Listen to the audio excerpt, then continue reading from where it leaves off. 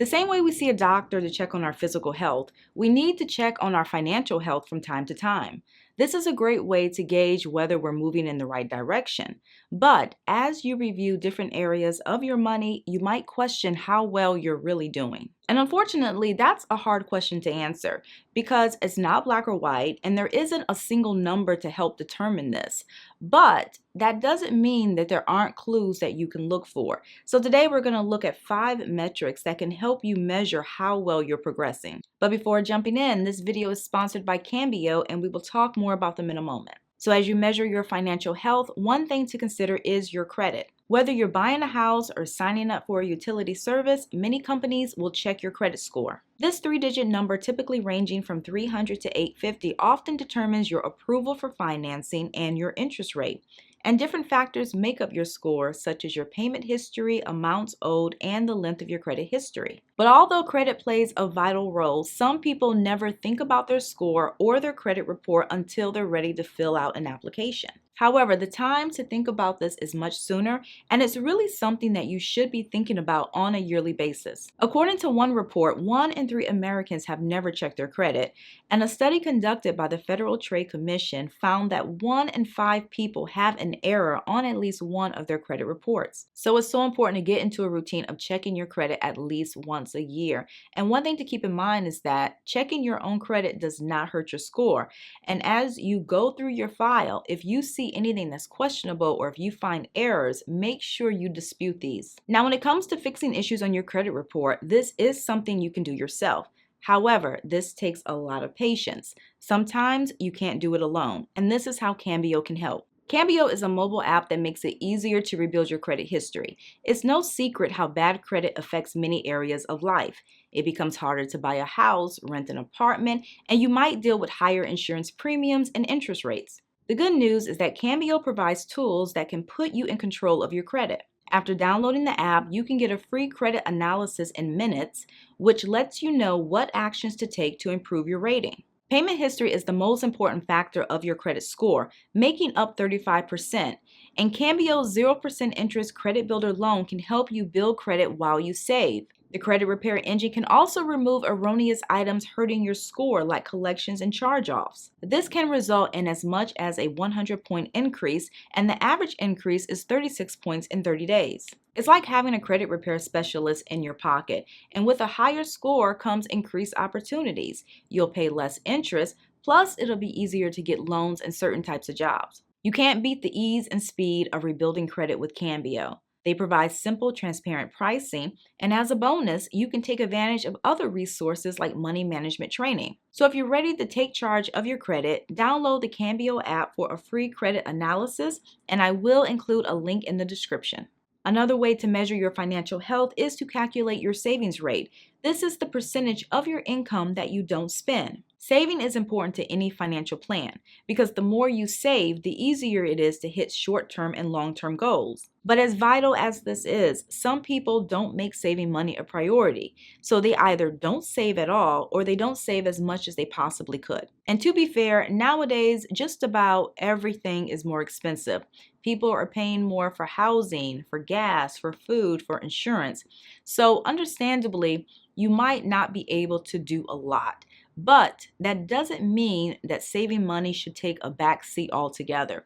You should still aim to do what you can, even if it's only a small amount. Now, as far as guidelines, one recommendation is to save 15% of your pre-tax income for retirement, which includes any employer contributions. In addition, you can keep at least 5% of your take-home pay in a short-term savings for unplanned expenses. And again, there are no hard or fast rules. This is just a guideline, and you can only do what's realistic for you. Calculating your savings rate is the best way to know where you stand today, and there are different ways to do this, but a popular method, and probably the most easiest, is simply to take what you're currently saving and divide that by your net income. But it's not always that simple. So another option is using an online savings rate calculator, which can account for different variables, such as pre-tax or post-tax retirement contributions and an employer match program. And I also recommend calculating the savings rate for your retirement account and your personal savings separately to make sure that each account receives the fair amount of attention. Another way to measure your financial health is to calculate your debt to income ratio.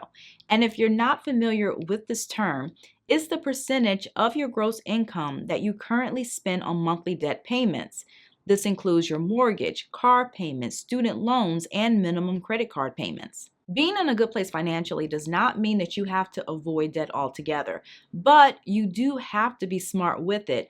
And part of being smart is keeping your debt to income ratio as low as you reasonably can, because that is really going to help keep your head above water, especially when you go through financial hardships. Debt can rob us of our income and delay certain goals. And not only is it costly, it can also reduce purchasing power when buying a house. Plus, if you're overextended, some lenders won't approve your application, even if you have good credit. And calculating your debt to income ratio is easy. You'll first add up your minimum monthly debt payments, and then you'll divide this number by your gross income. So if your minimum debt payments come to $1,500 and you have a gross income of $5,000, your debt to income ratio is 30%, which is okay because a good range is no more than 45%. You should also calculate your housing ratio, which is the percent of your gross income spent on housing. As a general guideline, and again, I know this might be difficult depending on where you live or your circumstances, but in a perfect world, our housing should really be no more than 30% of our gross income. So basically, your rent or your mortgage payment should be no more than 3 times your income if you're single, or 3 times the combined income of everyone who's responsible for the payment. And I realize that 30% might seem like a very low percentage, especially if you're used to paying more, maybe 40 or 50%. But when it's at all possible, keeping your number within that 30% range or as close to it as you realistically can, that will only benefit you in the long run, because the less you spend on housing, the more money you will have available for saving and paying off debt. Also, what's your net worth? Some people will use their income and possessions as a measurement of financial health. However, that's not a good metric, because having money and a lot of material things doesn't always mean you're in a good place financially. Even though some people appear to have it all, meaning they have a nice house, nice car, they take nice vacations, and they have a whole bunch of other stuff, keep in mind that sometimes it's just an illusion, and on paper, some of these people are in the red. Some people assume that the more stuff you can see, the greater a person's net worth, but it doesn't really work that way. And the only way to know where you really stand is to calculate your net worth, which is basically your assets minus your liabilities, or what you own minus what you owe. Your assets include things like the value of your bank accounts, real estate, investment accounts, retirement accounts, the value of collectibles, automobiles you own outright. On the other hand, liabilities include debts such as your mortgage debt, student loans, credit cards, and auto loans. To figure out your net worth, you'll need to add up the numbers for each category, and then you'll subtract your debts from your assets. Now, ideally, you want a positive net worth. However, don't get upset if it's currently negative.